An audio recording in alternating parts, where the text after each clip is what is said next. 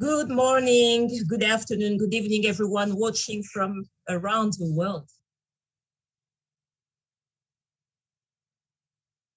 I wish you a warm welcome to the State of the Africa region event, part of the World Bank IMF's annual meetings. My name is Dominique Chimbakala, and I'm delighted to be your host today as we navigate through discussions with distinguished panel of African policymakers, civil society organizations, leaders, and youth. This event follows the launch of Africa's Pulse, which is released twice a year and provides an analysis of the near-term macroeconomic outlook from the region. Today, we will get a review of the macroeconomic situation in the region, given the recent fluctuations in commodity and food prices. We will turn our focus to how social protection strategies can boost resilience in African economies and create jobs as they recover from multiple shocks in current troubled times. But before we begin, I would like to share several ways you can engage throughout this event. First of all, this event is being broadcast in English, French, and Portuguese. We have experts on the live chat right now, ready to interact with you and answer your questions. Second, you can engage in conversations on social media using the hashtag AfricaSOR, S-O-R. And finally, our poll is up and running. You'll find it on the World Bank Live page and our Twitter channels. There is still time to participate, and we will share the results at the end of the program. Well, we are really looking forward to hearing from you. And without much further ado, it's now a pleasure to hand it over to Ousmane Diagana, the World Bank's Regional Vice President for Western and Central Africa, and Hafez Ghanem, the World Bank's Regional Vice President for Eastern and Southern Africa. Hello and welcome. The floor is yours.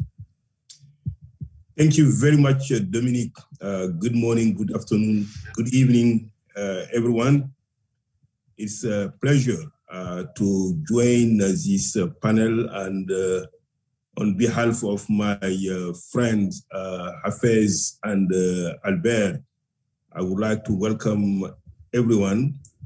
In particular, thanks the ministers and all friends joining this important conversation. At the onset, I would like really to commend Albert and his team for making this event a tradition and one of the highest moments for our annual gathering, I would say even semestral gathering, happening around our spring meetings and our annual meeting.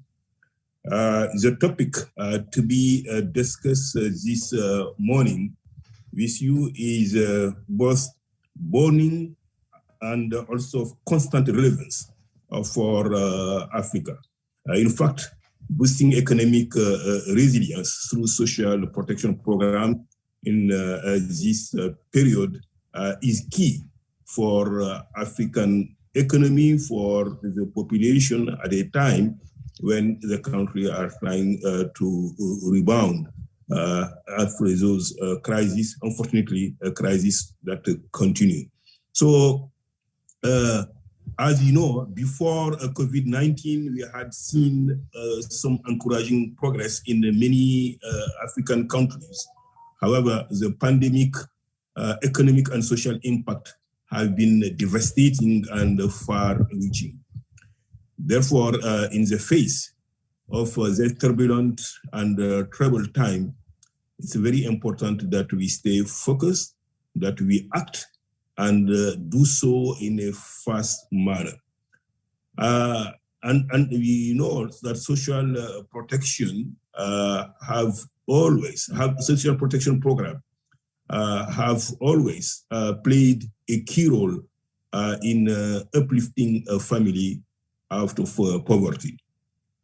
So we have important program, therefore, in almost every single country in Africa, and we need really to pursue this and to scale up also the program that we have developed, and to do so effectively and efficiently.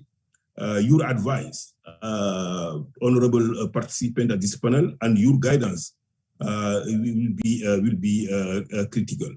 So I'm looking forward to the discussion. And now let me turn to my friend Hafez.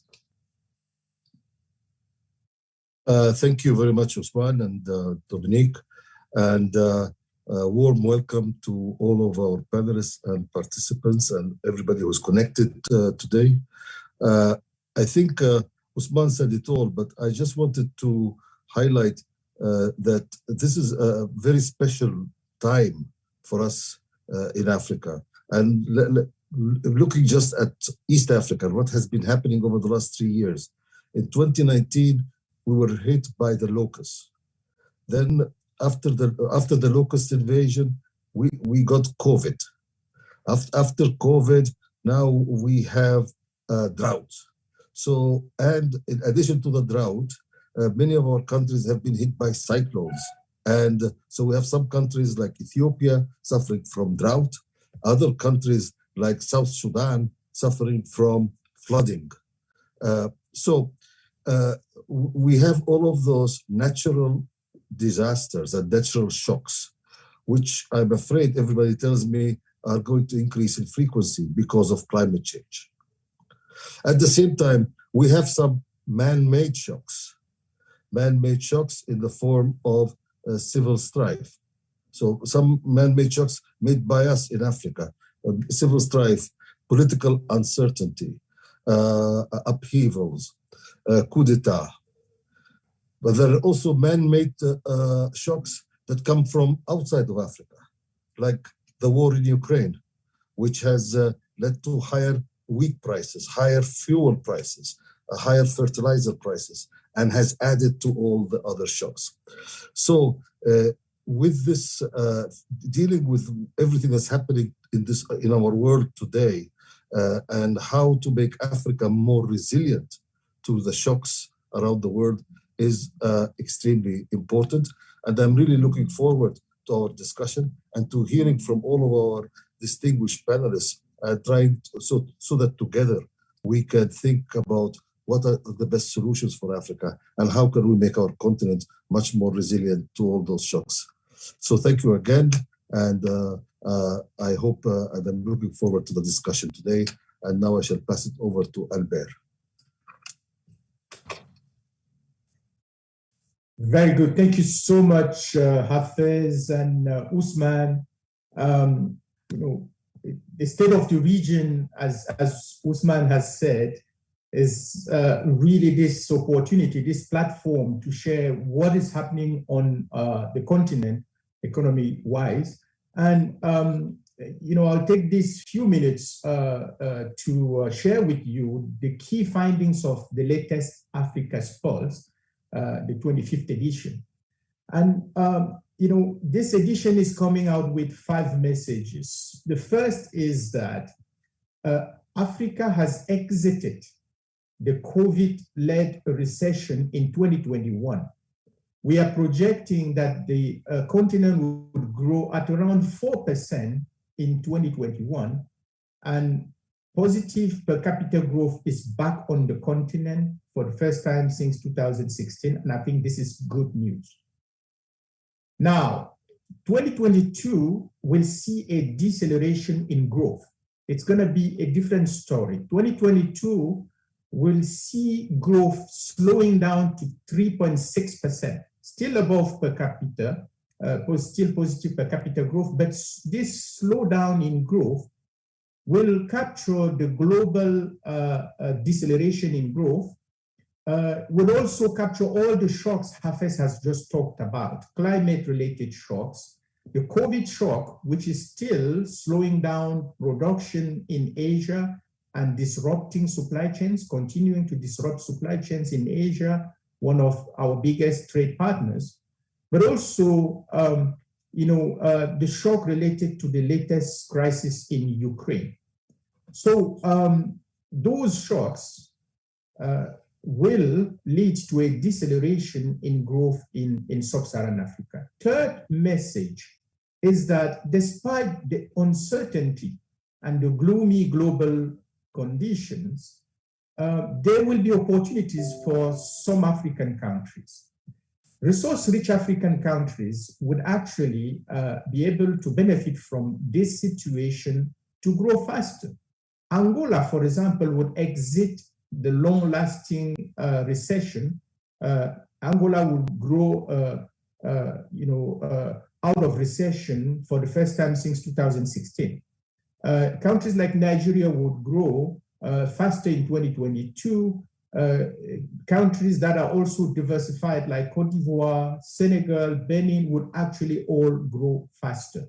So this is important to notice that, despite these gloomy conditions, there will be opportunities for some African countries. And this is essentially because we have seen a growth in commodity, a positive, a shock on commodity prices across all categories, across all classes of commodities.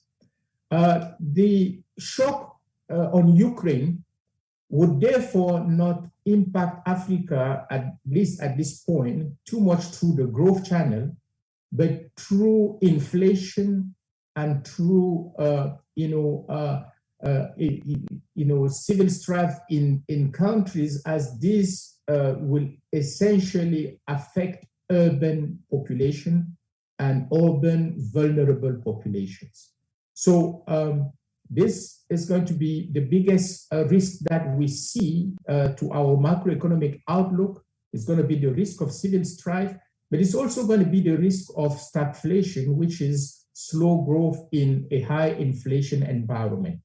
So, fourth message, what is the policy package that the Africa's policy is advising? We're advising countries to use fiscal policy and trade policy, quite aggressively. On trade policy, let's make sure we don't repeat the mistakes of the past. Let's not close borders. Let's not limit export of food and grain. Instead, let's take this as an opportunity to deepen intra-Africa trade and deepen the continental free trade integration. On fiscal policies, despite the limited fiscal space, we need to work to assist the populations that will be the hardest hit through reduction in import duties on food, for example, and many other fiscal support that governments can afford to do at this point. The second package is monetary policy. We need to use monetary policy wisely, because this is going to be a serious challenge to either fight inflation aggressively by raising interest rate or making sure we do not stifle growth and the recovery. The third important tool is going to be the use of social protection, and that's the special topic of this Africa's Pulse. Countries need to deepen and widen social protection. And the fifth message here is that social protection needs to evolve to face these new and really different shocks that our economies are facing. We need to evolve our social protection from social assistance to a more adaptive protection that would lead to protecting workers, including in the informal sector, but also a social protection program that can lead to more productive activities, as ultimately the best social protection is a job and a productive job. Let me stop here. Back to you, Dominic. Thank you, Albert, for setting the scene for the discussion today. These are very important insights from the Africa's Pulse, which you can all access through the World Page Live page. Now it's my honor to introduce you to Mohammed, a young boy from Somalia.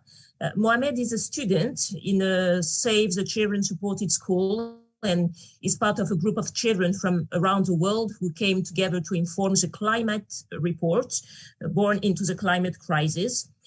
In addition to climate change, Mohammed is also vocal in raising awareness about the importance of education within his community and among children in his school. So let's hear from him.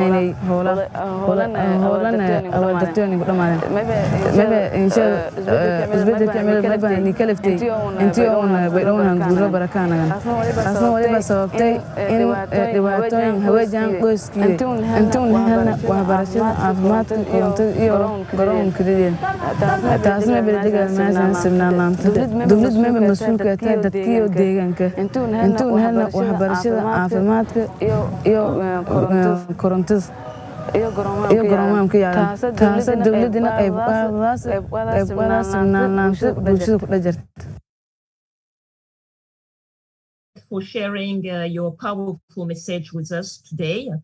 And I just wanted to add some few words to say from the COVID-19 pandemic to the war in Ukraine and its economic consequences. It can be said that the 2 previous years have brought the world into a turbulent zone.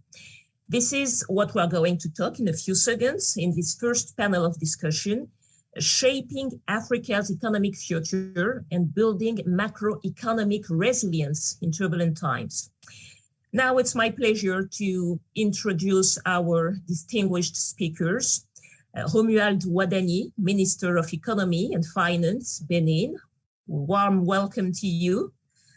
Maah Keita João, Minister of Economy and Planning, Angola. Glad you could join us. Pauline Irène Nguene, Minister of Social Affairs in Cameroon. A warm welcome.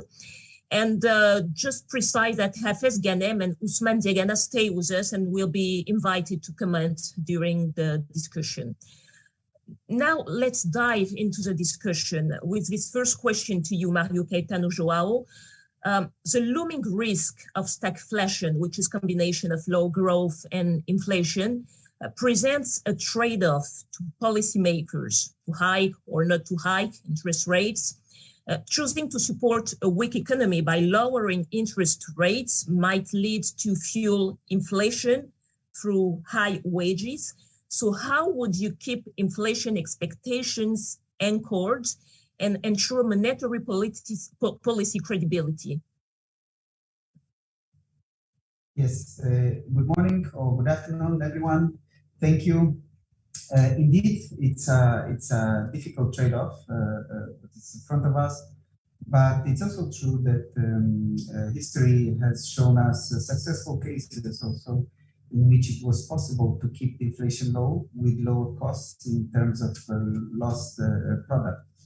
However, for this to happen, it is largely necessary to better understand the transmission mechanism of the monetary policy, as well as the importance of managing inflation expectations. The way economic agents expect prices to evolve in the future influences the way they spend, they borrow, or they invest in the present. The central bank, for example, here in Angola, is the one that is managing and is well prepared to better understand the inflation expectations and keep measuring it for the economic agents to make more informed decision to keep the inflation rate low, stable, and predictable. When agents' expectations deviate from the central bank's inflation target, it finds it very difficult to influence the real evolution of prices in the economy, and in order to inflation to return to the target level.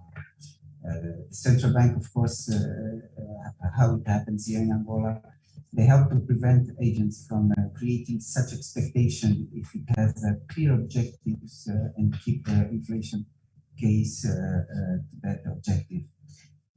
It's true that we decided to use a more flexible way of managing liquidity in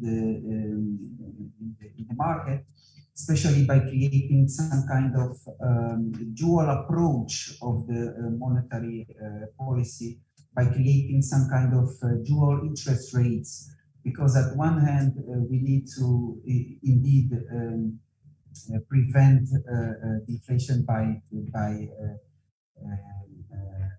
contracting the monetary policy, but on the other hand, we see that almost 60% of our inflation comes from food.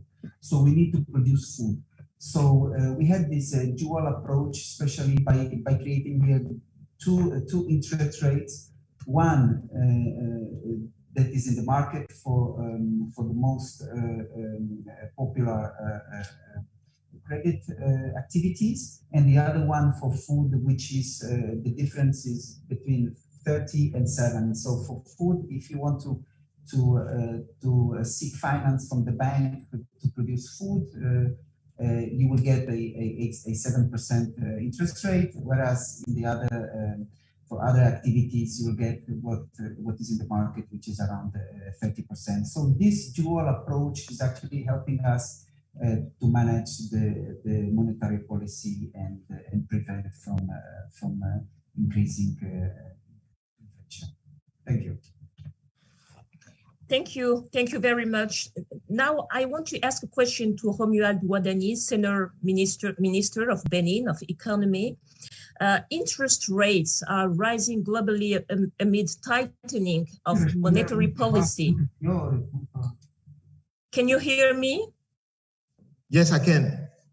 Yes, I was telling interest rates are rising globally amid tightening of monetary policy in advanced economies.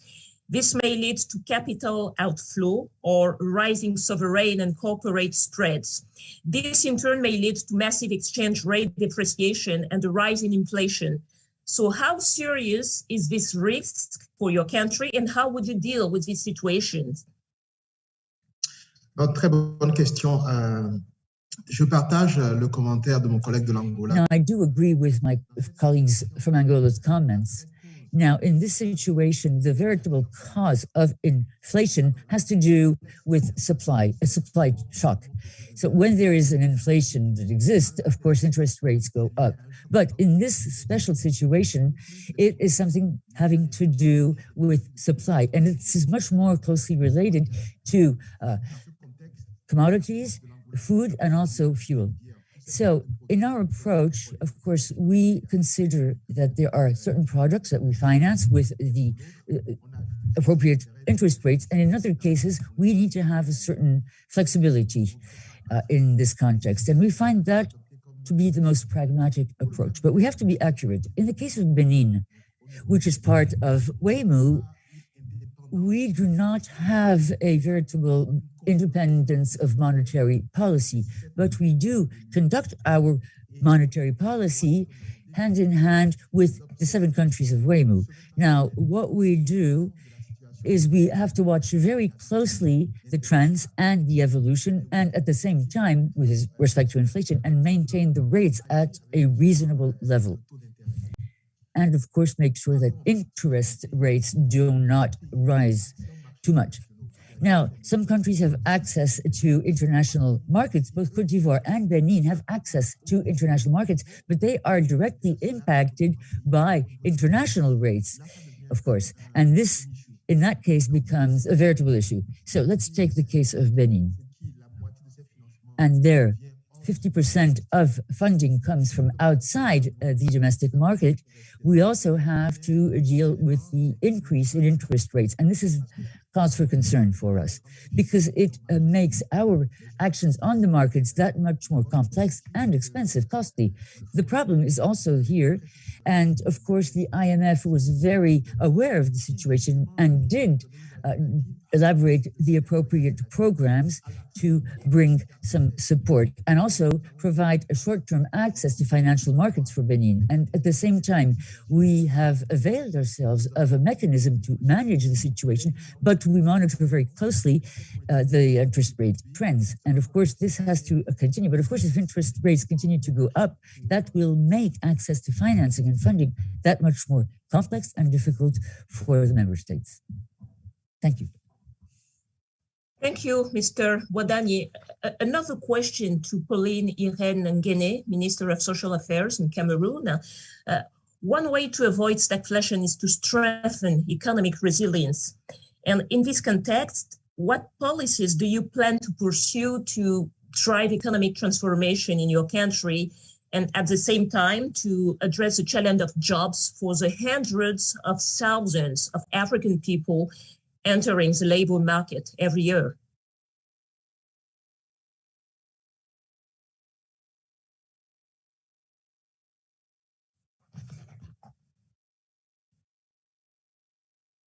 Mrs. Nguene, can you hear me?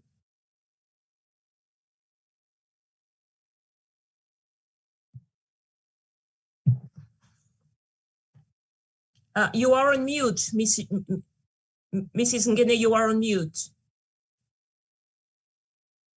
We can hear you. So now it's perfect. All right. Yes, you can go ahead. I'm sorry. I'm so sorry. Merci, Madame la modératrice, de nous avoir. Thank you kindly, Madam Moderator.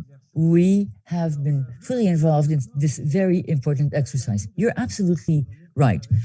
This period of turbulence and of troubles that Africa is navigating, of course, all this means that we have to strengthen resilience in our economies. And Cameroon has availed itself of a new strategy by 2030, which is based on 4 pillars, of which the first 3, structural transformation of the economy, and secondly, develop human capital and well-being, subsistence, and of course, the growth of the economy must be ensured. Now, the 4th pillar has to do with governance, decentralization, and strategic management of the budget. With respect to the economy's structural transformation, the government means to have the appropriate measures adopted with this respect in agricultural sector and, of course, the digital economy, technology, and TICs, of course, the economy of knowledge, and of course, by also supporting training from a technical standpoint and, of course, vocational training from that standpoint. And the objective here is to enhance and, of course, enhance access to jobs, employment, and this through valuing and enhancement of competences and qualifications, skills. Upgrading. And so micro projects are drafted up in terms of investments and, of course, a number of investments at the big universities in our country. And, of course, have the business, smallhold agriculturers, but also SME business owners. We have to support them appropriately so that they may continue to thrive in the informal economy. Implementation, these types of initiatives is crucial because that means a veritable inclusion of the socioeconomic considerations and human capital, which is crucial for the young people. And of course, for those categories of the population that are vulnerable in our society. So economic inclusion is vital. And in the past, we had committed to certain strategies, government strategies, to continue to support the economic inclusion of youth and also try to dampen social upheaval. Now, $2 million were devoted to this, and it is for the youth, young people in urban areas or semi-urban areas who have businesses in the informal sector. And the Minister of Social Affairs wants to continue on the implementation of this strategy, which we also set up at our ministry level through one program, which we call the Program for Support to Integration, Professional Integration of the Most Vulnerable of our population, in partnership with the Employment International Fund. And this is to provide disabled people possibilities to have access to activities and, of course, microcredit for women, so that they may be self-sufficient in their business and also have ultimately access to salaried position. And this, of course, through vocational training mechanisms. And so we wish in the next few days to call upon a dialogue, a discussion with the World Bank in order to fund these activities. Thank you kindly. Thank you, Madam Minister. Now, another question to our regional vice president for Eastern and Southern Africa, Hafez Ghanem. Several countries in the East and Southern Africa region have recorded progress in the implementation of economic reforms aimed at stabilizing their economies and recovering from COVID-19 conflict and the recent climate shocks. But the Ukraine crisis is now a threat for their economy. So what policies can be adopted or consolidated in order to manage commodity price volatility? Yes, thank you very much.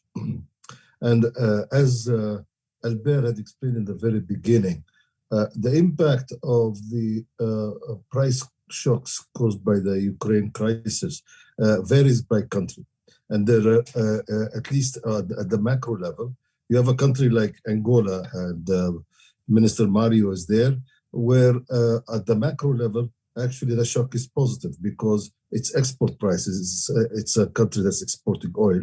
Its oil export prices are increasing, and that increase more than overcompensates for the increase in the cost of importing food or fertilizers.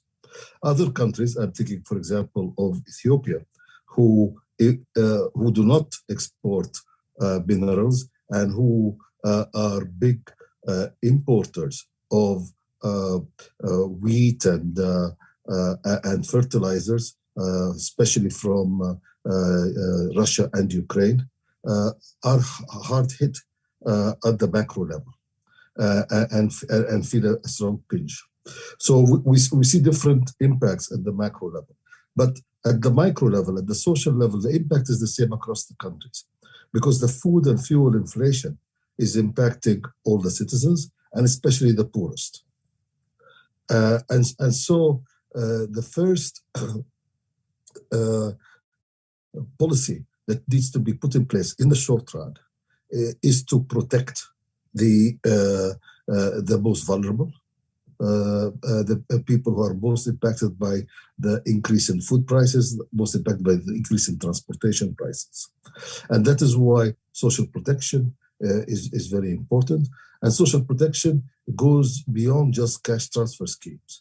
As we heard the minister from Cameroon, social protection would include also programs to support micro enterprises, programs to create jobs for young people. So that is the first area of policy intervention.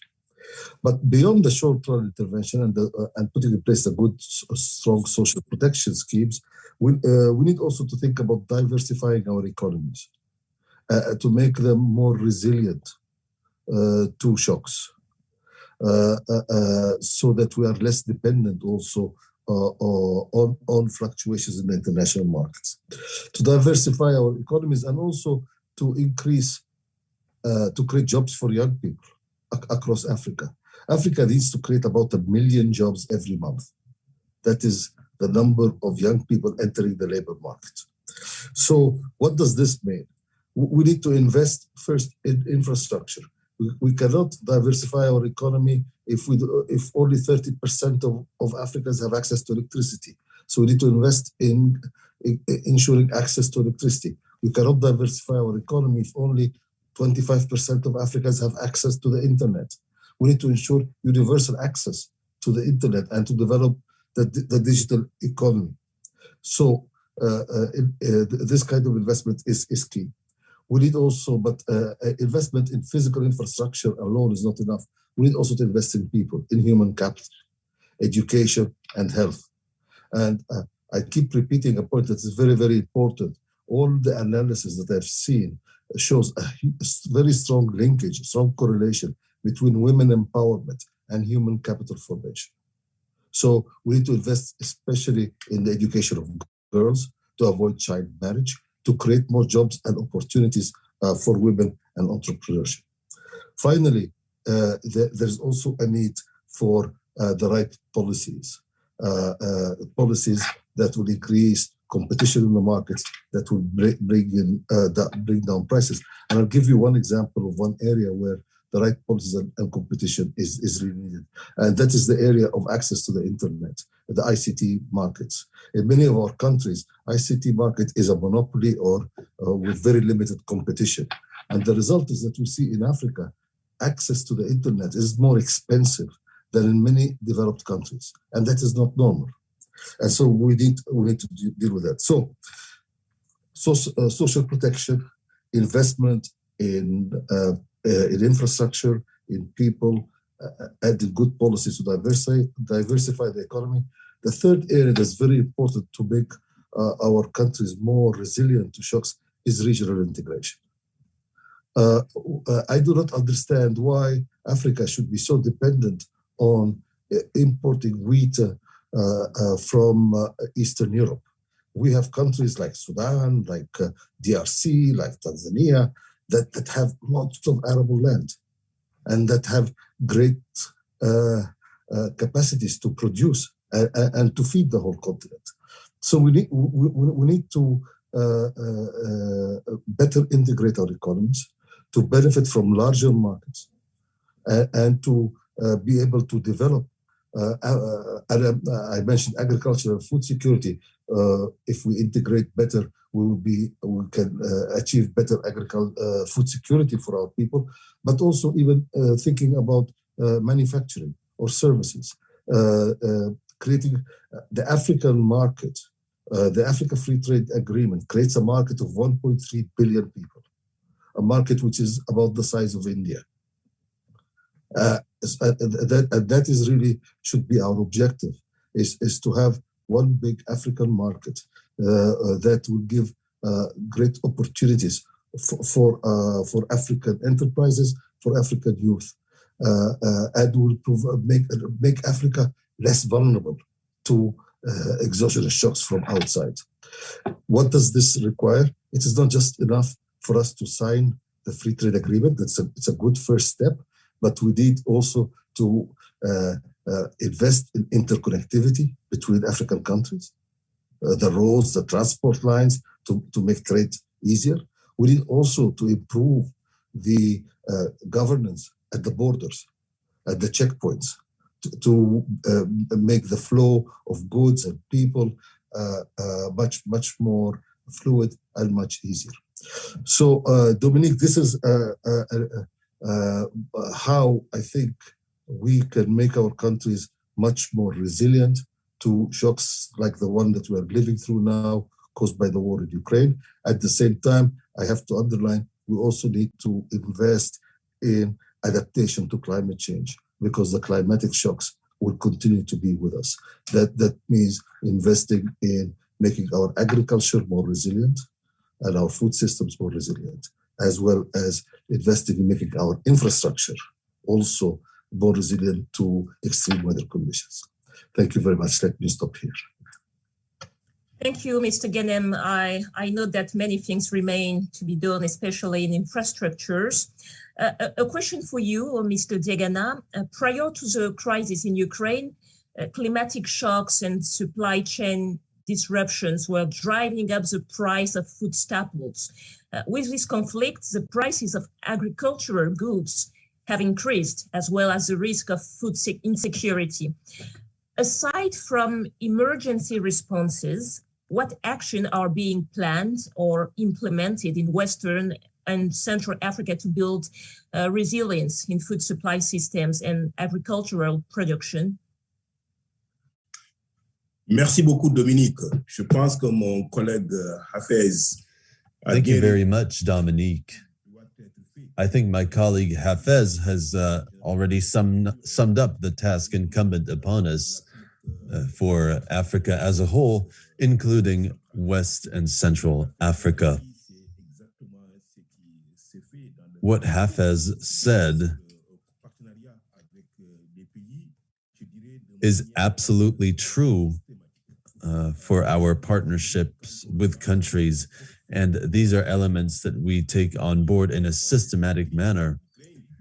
If you look at the World Bank's portfolio before the Ukraine crisis, you see that we had about $100 billion for West Africa and 44 billion for Central Africa. We had programs in key sectors which are drivers of growth and that will fuel resilience, combat vulnerability, support structural transformation in economies. And this is done through reform and support to investment programs in sectors such as infrastructure and human development and agriculture. But generally, for these programs in Africa, the pace tends to be quite slow. The undisbursed amounts are much higher in those regions. And so the process to transfer additional resources to these countries and have these translate into tangible action in the field is going to be very slow. I would say, however, that the World Bank provides support in crisis situations with 3 V's in French. V for vitesse, so speed, volume, and voice. Speed means our ability to respond very fast, as we did with the penultimate crisis to date, i.e. the COVID-19 crisis. Very quickly, the World Bank had a package of $160 billion, including 45 that went to African countries. The goal was to support and protect people's lives and help them as the economy recovers and make sure that this recovery is as quick as possible. So the speed and the volume are very important, but we also have to mention the 3rd V, which is voice. We conduct a lot of advocacy, and we say that Africa is a continent of hope despite the challenges. This is based on our regular studies, whose purpose is to inform other partners' programs, specifically financial partners. And the reason why we have these analyses is also to raise awareness amongst the people. And this has been a significant contribution to the programs towards strengthening global health systems in light of COVID-19 to make sure that this crisis does not happen again. Now, to respond to your question specifically, we know that the starting point for these countries is not the same in Africa, and the economic structures are also not the same. Some countries are already experiencing conflict and multiple factors of instability. I could mention the Sahel countries as an example. some countries have a structural deficit in terms of food availability. And if you look at the challenges brought about by climate change and other problems, you see that some countries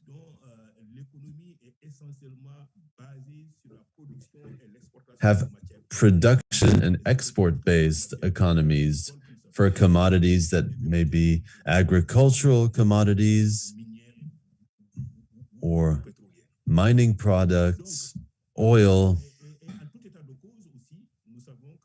And so, be that as it may, we know that there are governance issues which are often an inhibiting factor for to transform the economies quickly. And Albert said that in any crisis situation, but especially in this one, what we are looking to do is use existing space for political reform, political impact related reforms. So reforms that have to do with governance and that really unleash the sectors that create wealth so that they can further develop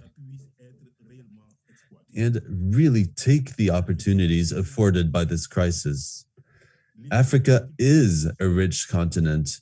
We have major amounts of arable land. We do not necessarily lack water. We have some of the world's biggest bodies of water. The African people have ancestral knowledge in agriculture. This is a proven fact. And this begs the question, at a time when just 2 countries are at war, why can Africa not feed itself and even feed the rest of the world? This, I think, should really be a wake-up call for all of us, and the World Bank has to play a prominent role in our efforts. As we support African countries, we will take this opportunity and make massive investments in agriculture. When we talk about diversifying our economies in Africa, we should first and foremost think about using agriculture as a vector for development as a whole. And then we have to think of energy and gas. We have a significant amount of resources in that respect. I know that this has other implications in relation to climate change, but Africa must make its voice heard, and development institutions such as ours must support Africa. We must tell Africa that it is the time to fund its capacity to process raw materials and to strengthen and build Africa's capacity so that it can make better use of the funding that Africa gets. However, we must also address situations day in, day out, which is that some families and some individuals are struggling to find their livelihoods and to find food to put on the table. Hence, these social protection programs, these social safety nets, these are absolutely crucial. And this crisis ties into Africa's history. Over the past few years, with great velocity and innovation, we have developed social protection mechanisms, and we supported social safety net projects in countries. Earlier, the Honorable Minister of Cameroon mentioned social safety nets in that country, but we have similar mechanisms in Benin, in Niger, in Chad, and in other countries, and we have to continue implementing programs such as these. And last but not least, we should not limit ourselves to programs that are going to address short-term challenges, and we shouldn't simply be trailing the crises. We have to be ahead of the game. We have to be proactive, and we have to work at scale. And I believe that that is how Africa will address its concerns of today and place itself on a path towards sustainable growth and development. And these are prerequisites for peace and stability to reign in Africa, as Africa, unfortunately, is a conflict-stricken region, and we must ensure that these conflicts stop. Thank you. Thank you. Thank you, Mr. Diagana. Thank you for this demonstration. Thank you also to all our panelists for this discussion. And let me remind our viewers to engage in the conversation online using the hashtag AfricaSOR, S-O-R. And before we move on to our next discussion topic, we want to hear from voices from the ground. So how social protection systems are benefiting the poor. Let's start by reviewing a clip from Togo. This story gives us an example of how an entire community came together to solve the problem of absenteeism and poor learning by creating school, canteen, and investing in their children's human capital. Let's see it.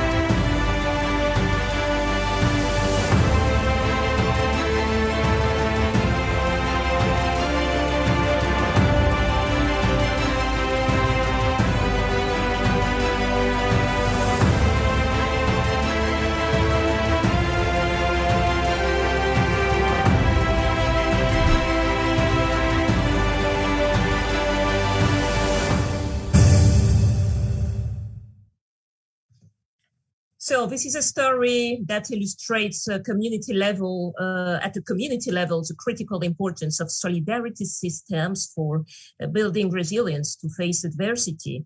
This brings us to our next discussion topic, adaptive future social protection programs to build resilience in Africa.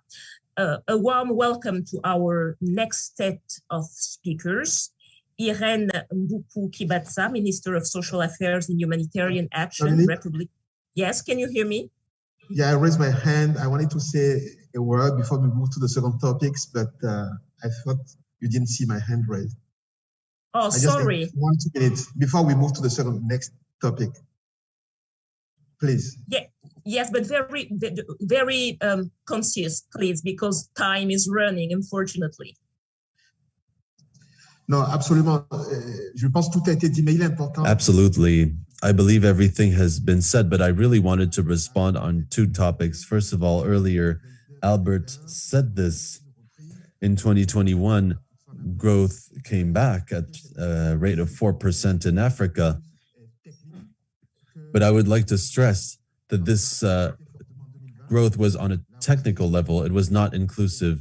When there was this recession in 2020, it affected the people. And if you look at the development prospects report for Africa in 2022, it notes that 33 million people have fallen into poverty in Africa in 2021.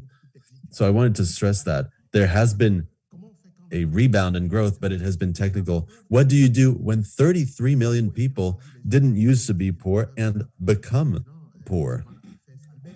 As Ousmane, Hafez, and Albert said, we have this growth, but as we think of social protection, we need to bear in mind that when you have people who didn't used to be poor and who become poor,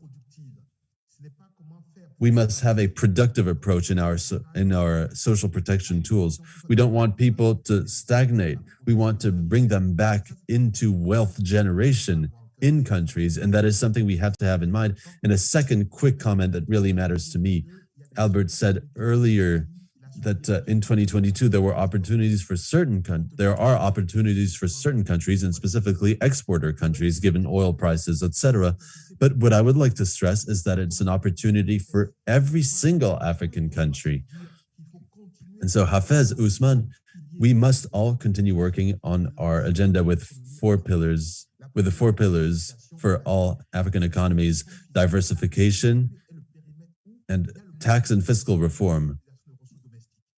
Africa is the continent with the highest needs for investment and the lowest domestic resource mobilization. So we must continue our efforts despite any crises. The 3rd pillar is human capital. And my colleague from Cameroon said anything that has to do with vocational training so that people are able to generate wealth is of paramount importance. And finally, regional integration. No country will achieve development alone. And with these 4 key pillars, I think we will be better off. And Ousmane and Hafez said that our leaders must have these 4 pillars in mind, and we must keep working on this. It is unfortunate that some countries still have their borders closed while others have opened them up. If we are going to have a free trade area, if we are going to diversify our partnerships and our economies, I really wanted to put this concern forward. As a Minister of Finance, I could not afford to be there and not say this. Thank you very much, and please excuse the interruption. No, that was not an interruption, because eventually that was a great transition and introduction to our next discussion topic, which is adapting future social protection programs to build resilience in Africa. So let me welcome all our panelists: Zeinabou Hadari, Deputy Chief of Staff in the Office of the Prime Minister of Niger; Belarmino Jelembi, General Director of the Angola Local Development Institute; and James Oduor from Kenya, former CEO of National Drought Management Authority. Welcome to you all.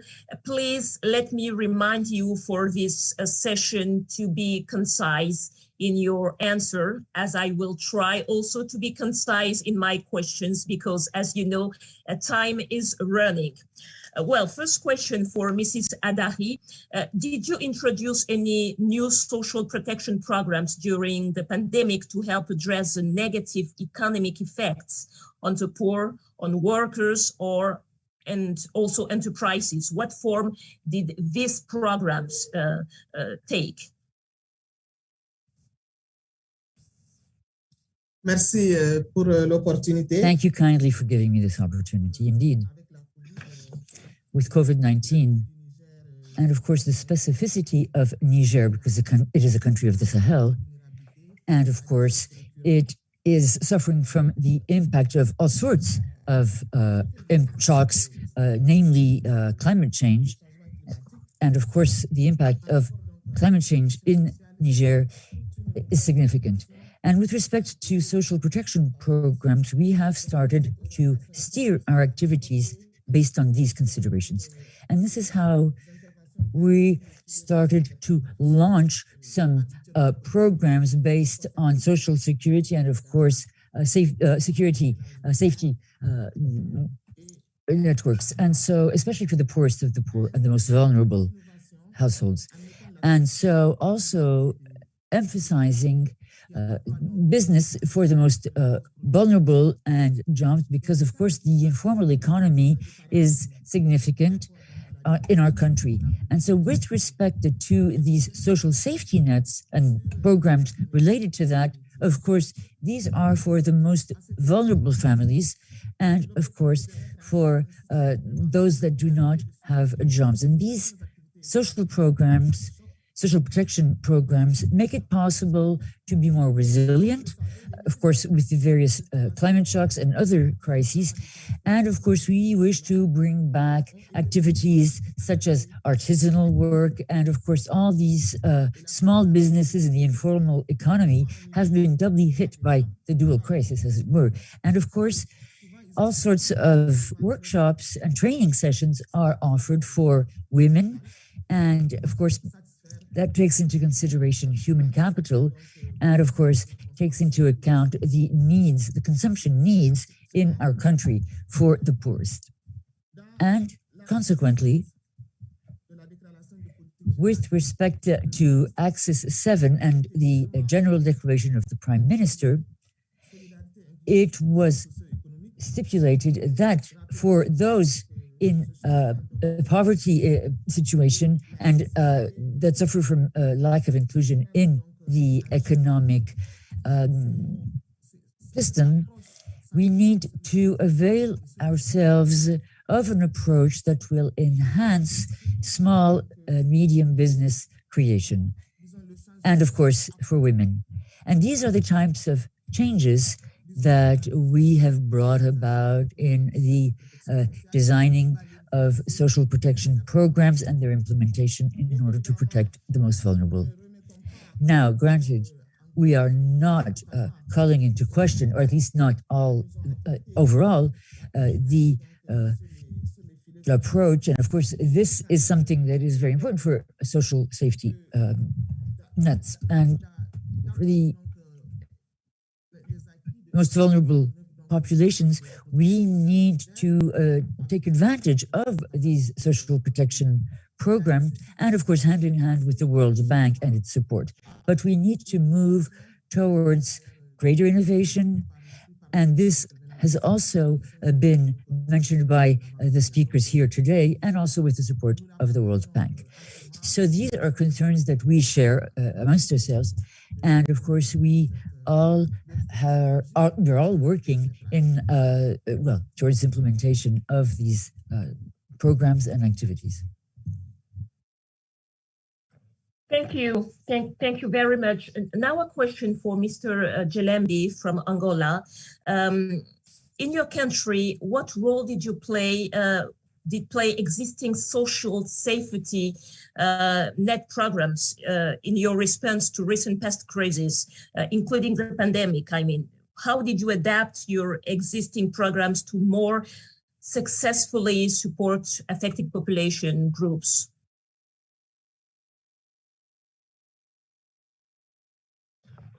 Bem, nós, ao nível do nosso país, temos neste momento. In our country, at this point in time, we have different supplementary programs for social protection. The Nguene program is one of the best known ones, and it tries to bring together three approaches. One has to do with direct cash transfer to the families. We're talking about 1,600,000 families. And in parallel to this dimension, which at this point in time reaches around 340,000 families, there's also another dimension, which is a productive inclusion. This would be the other critical pillar of this social protection intervention. But in parallel to this study and with a more long-term vision, we want to take advantage of this point in time to strengthen our social registry system in such a way as to enable the country to prepare itself to become more and more robust, in such a way as to deal with critical situations, especially for those families that find themselves in greater vulnerability. And I should say also that over this period of time,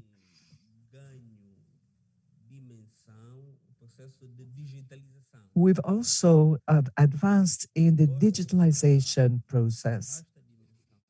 Due to this vast dimension of social protection, we have advanced in digitalization as well as including and covering those families that find themselves in vulnerability situations. So over 300,000 people have opened their own bank accounts. Another point I believe is interesting to mention here has to do with a broader network at the level of municipalities. It has to do with social action in small settlements for those populations that are in remote areas, not only with regard to a more immediate answer or response, but also thinking in the long term. In other words, every action that aims at dealing with punctual actions. This will also happen with the structuring of a system that will allow families, as it has been said before, that these families can move from a more permanent assistance situation to another situation where they can produce by themselves and have a more stabilized situation. Thank you, Mr. Jelembi. A question to James Oduor, who had to face the difficulties of drought, as you were former CEO of National Drought Management Authority in your country, Kenya. How do you see social protection's role in building the resilience of the poor and other vulnerable groups to future negative shocks? Thank you. Thank you very much. I hope I'm clear. Answer this question, I will provide an example of what is happening in Kenya, as you have asked. And there's so much happening in terms of social protection activities. But here, I want to concentrate only on one cash transfer program, that is Hunger Safety Net, to talk about on behalf of the other social protection activities. And I have only 3 points to make because of time constraints. The first point is that in Kenya, we have definitely seen some examples on how social protection can mitigate the impacts of shocks. And this one we have seen in the Hunger Safety Net program. The Hunger Safety Net program is a long-term cash transfer program. It provides regular, that is monthly cash transfers to support food insecure households in arid counties where poverty levels are high and droughts can be severe. In those counties where the program operates, all households covered in the program were registered, and even the households that are not covered were registered. Accounts opened for all the households, whether they are beneficiaries or not. And in addition, all the details and all other necessary household information were captured. So there's a huge database with virtually all the information about those households. And this program has been going on for a very long time, since I think 2009. It has been evaluated so many times, and all those evaluations have confirmed that such regular cash transfers enable beneficiary household to cope during normal times, in terms of food and others, and also during some shocks. They don't go into poverty as the households that are not covered. They don't engage in negative coping strategies the way others would, and they don't dispose of their assets very much during hard times. And that one confirms that at least the social protection can protect the household during impact. The same number two is that in the same Hunger Safety Net program, we have a mechanism to expand its coverage in response to shocks. And we have been doing this specifically for drought shocks. This shock responsive social protection or emergency payment to additional households during drought are automatically triggered by early warning system. And like the regular transfers, they are made direct to clients' bank accounts, because even when we cover more people, there's no problem. All the details of all the households are in our database. And our experience is that these automated transfers are significantly faster than other interventions as crisis approaches.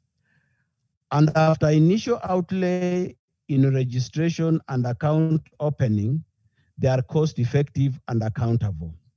Again, we have done sessions, and these evaluations have indicated that beneficiary households are able to anticipate and cope better with the shock under these arrangements. Now, number three, with this dryland experience in mind, I would want to highlight three things. First, the reality is that households face many risks, often at a time. As such, our stability mechanisms need to respond to hazard and not only drought. We need to cover more of the shocks.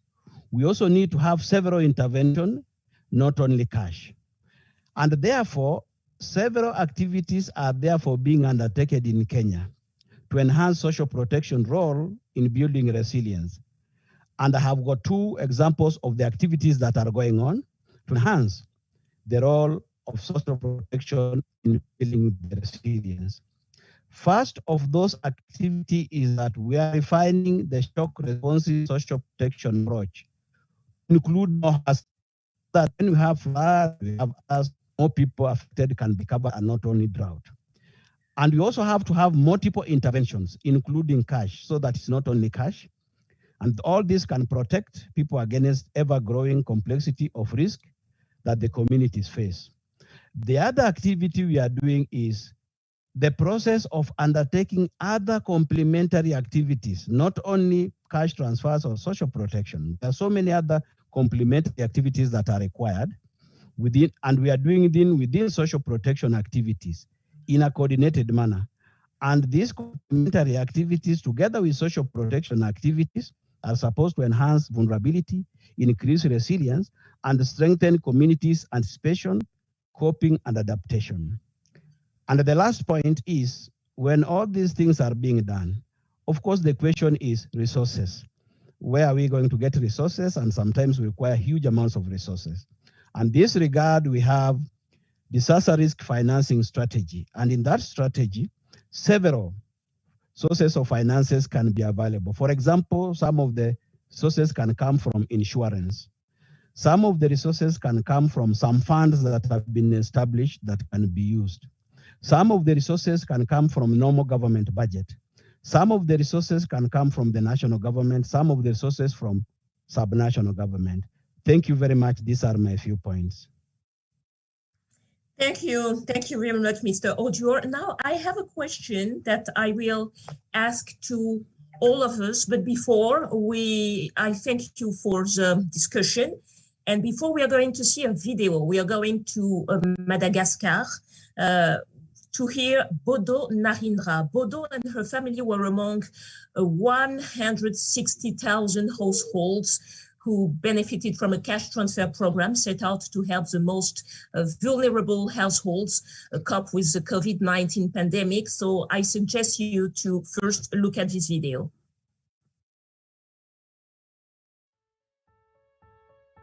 Narindra Rafonirina no anarako. Petraka tia Sapotsina Mena, 7 taona, mananjanaka 5 aho dia bevoka 5 vola. Mivarotra na nano asa ataoko, hamelomako ny zanako. Isan'andro aho mifoha amin'ny 4 maraina, miainga Maah Keita eny an-tsena.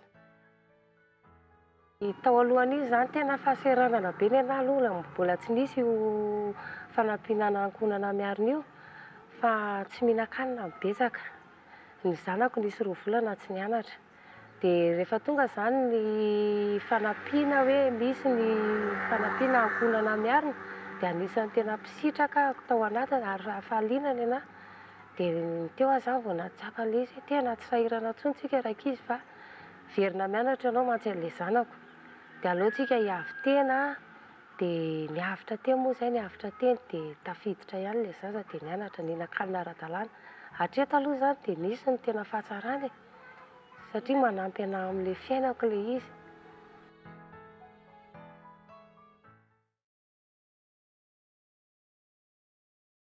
Approaching the end of the program, and I have been checking the conversation online, and the many questions and comments that I have come in from our viewers. So I have first a question that I'm going to ask all of us. Let me go back to the ministers from Angola, Benin, and Cameroon to ask, what role did your country's existing social safety net programs play in your response to recent past crises, including the pandemic? Please, Minister of Benin, if you want to go ahead, you can start.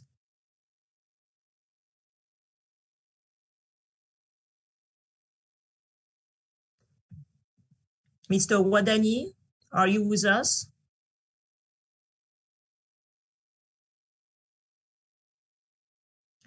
So I'm going to ask, first of I all. think he has left. Yes, maybe he has left. So maybe the question goes to Mrs. Nguene from Cameroon, if you want to answer. You are still on mute. Yes, I think it's going to be fine. I'm so sorry. Thank you for giving me the floor again. Your question gave me the opportunity maybe to talk about this filet social. If you don't mind, I will say it in French. Je dirais que les mesures de protection sociale. I would say that adaptive social protection measures, which our government has taken with support from its partners in an effort to support macroeconomic resilience, should be able to dampen social shocks. But what we have to do is monitor these measures and strengthen them. We need to make them targeted so that they can help the people, and especially the most vulnerable amongst our people as they face these situations. And so I think it would be appropriate for me to talk about the adaptive social safety net and economic inclusion projects that my country has with the World Bank. This project has many components, including the Unified Social Register, which we are implementing in my ministry. This project, which is being implemented, will be an opportunity to identify and channel support to households while improving cooperation between government agencies and development partners. What is this Unified Social Registry? It is going to have a dual role. First of all, it will have a social role. It should be a driver of inclusion, and then it will be a driver of social information on populations' economic situations, especially the most vulnerable situations. And this is particularly useful when we are experiencing shocks such as the ones we are currently experiencing. And thanks to this, we will be able to enroll new households and have new beneficiaries based on the criteria that we are going to draw up. And in doing so, we will also address any risks of social unrest that may arise. So this social register project could be a good deterrent to any social turmoil.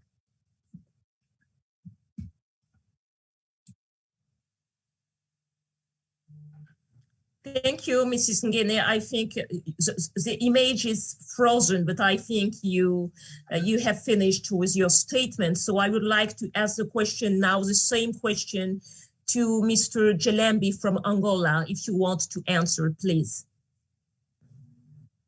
Or Mr. Caetano, sorry, as Mr. Caetano is with us.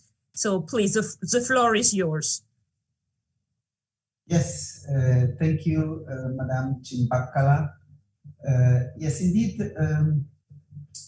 we had to be very, very bold and very agile, especially because since 2016 to 2020, Angola has registered the recessive recycle of our economic activity due to economic and financial crisis in Angola, and then afterwards also the COVID-19. So, and we have shocks resulted in an increase in unemployment rate and reduction of family income and increase in poverty levels.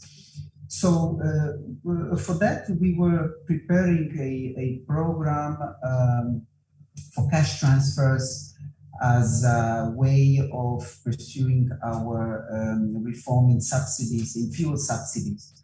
And we wanted to do it in parallel, but due to that, we only started with the cash transfers with the help of the World Bank.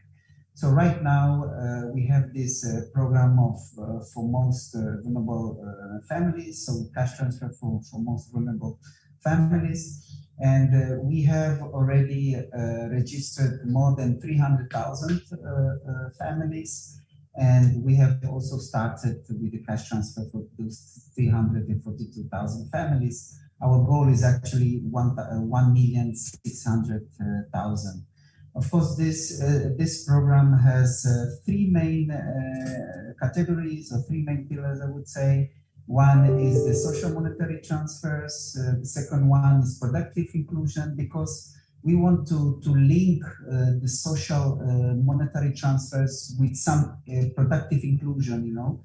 We want them to be able to take advantage of those social monetary transfers, to be able to start any economic activity so that we can push them out of the poverty line. And the third pillar is the municipalization of the social protection.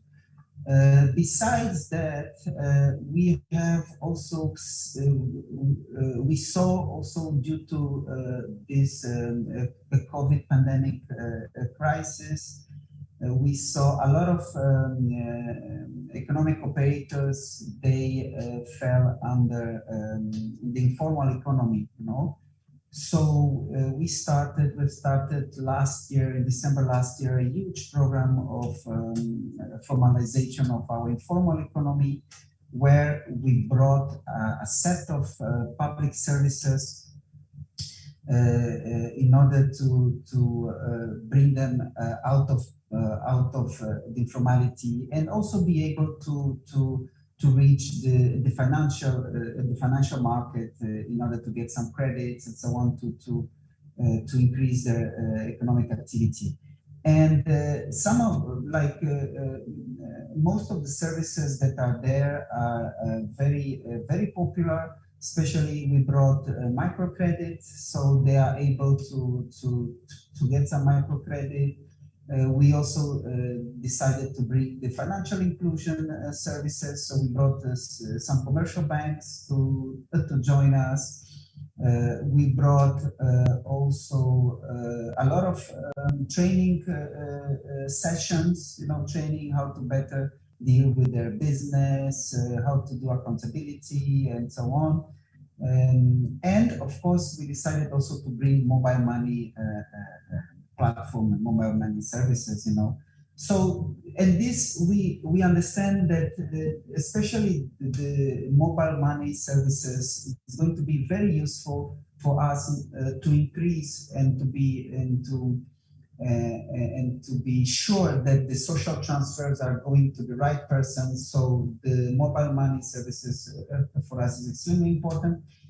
But secondly, in our services, in our process of formalizing the informal economy, in situations where we had the lockdown, for example, where we forced economic operators to stay at home and not be able to do any economic activity, with these mobile money services will be able to provide cash transfers for those really in need. You know, so we are still in the process of consolidating our approach, but the truth is that we have already formalized more than 150,000 women, especially in the municipality markets. Our target for this year is 200,000. And we think that next year we will start using disruptive technology so that they can stay formalized. So we can bring this sustainability factor into this program, so that they can formalize themselves through disruptive technology, either by application apps or internet and so on. So these were the approaches we took to overcome this crisis, and we hope to be able to take quickly advantages of everything that we are doing. Thank you. Thank you very much, Mr. Caetano João. As we are now almost closing the program, a program of almost 1 hour and a half, I want to turn over to you, Mr. Ousmane Diagana and Mr. Hafez, for a few words of closing. So maybe you could tell us your major takeaways of this discussion. Mr. Diagana, the floor is yours. Thanks again, Dominique, and thanks the participant for their great insight. I think this has been a very engaging discussion. I would like to just say we heard that social protection, safety net program are crucial, and you are all committed to pursuing what you are already doing. And I can assure you that from our side, we will certainly make sure that we continue to strengthen the ongoing program that we have, expand those, but also to adapt to the evolving situation of the country. Second, that the impact of the ongoing war in Ukraine should be seen also as an opportunity for all of us to continue to invest more on programs that will contribute to building resilience, but more importantly, to engage in the structural transformation of economy in investing more on agriculture, in infrastructure, but also on overall connectivity, including physical connectivity in the overall context of the regional integration.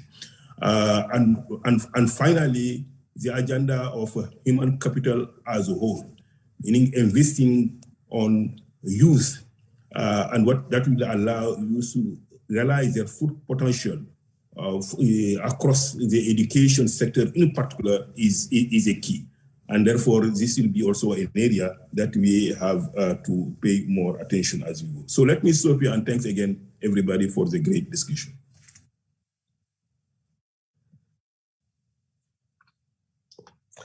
Yes, thanks, Dominique. And I have very little to add to what Ousmane said, but maybe I would just like to underline one point that came up in the discussion, which is the whole issue of regional integration and the importance of the regional integration. And the hope that the Africa Continental Free Trade Agreement would actually give a push to regional integration. I think that we really need to work hard on that agenda, as it is important to make our countries more resilient to external shocks.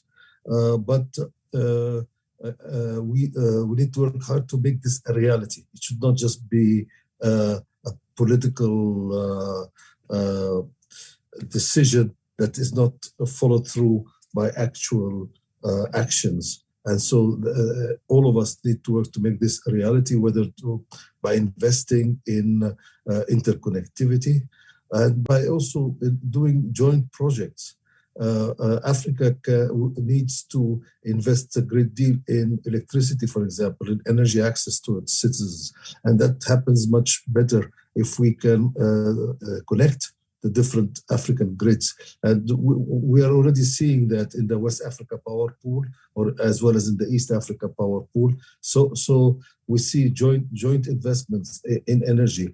We should also be looking at joint investments in the digital economy, which is the future, and in making this a reality. So I think a lot has been said on the importance of social protection, on the importance of diversifying the economy, on dealing with climate change. But I would add investing in people and in human capital. But I would just like to underline also this the point on regional integration and how it could be the way for the future. Thank you very much, Dominique. Thank you very much, Hafez, and many thanks to our panelists and to all of you who have been watching, and especially to all of you for sharing with us the experience of your countries. For me, it has been a pleasure to be your host and to take part of this important event. Now, let us end the program today with a music performance, and I'm really excited to introduce you to a special performance by Maah Keita. Enjoy. Thank you, and have a good rest of the day. Bonjour à tous, c'est un plaisir d'être là parmi vous. Je m'appelle Maah Keita, je suis sénégalaise, j'ai 34 ans. Je suis Maah musicienne. Keita, I'm from Senegal, I'm 34. I am a bass player and I'm an activist for people with albinism. It is a pleasure to take part in this meeting, which has to do with economic problems, access to formal and informal employment, as far as the economic impact of the pandemic is concerned. That's something that has a great impact because culture has suffered from the pandemic a lot, and not just because of the pandemic, by all of the social and political events. Our responsibility is to call upon all authorities to take all key sectors into account so that we can be better prepared to face challenges ahead. Thank you.